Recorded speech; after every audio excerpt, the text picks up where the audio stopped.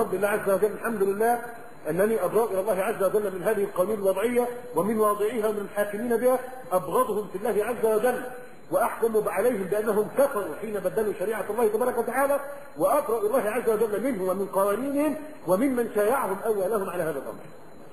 في مسألة هذا الأمر مسخرة لي بفضل الله عز وجل.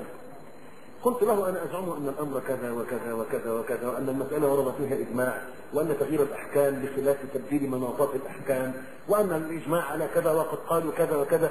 ثم إذا سلمنا بأنهم لا يكفرون إلا إذا استحلوا، فهل لا يكون الاستحلال إلا بقوله أنا مستحل؟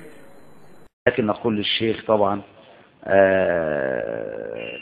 بأن الأمر عاد يضرب بأطنابه، وبعد هذه الثورة المشؤومة ظهر أذناب هذا التكفير والفكر التكفيري، ويعلنون ذلك صراحة على الفضائيات المشؤومة. يقول أحدهم لما سئل عن أسامة بن لادن قال هذا مني وأنا منه،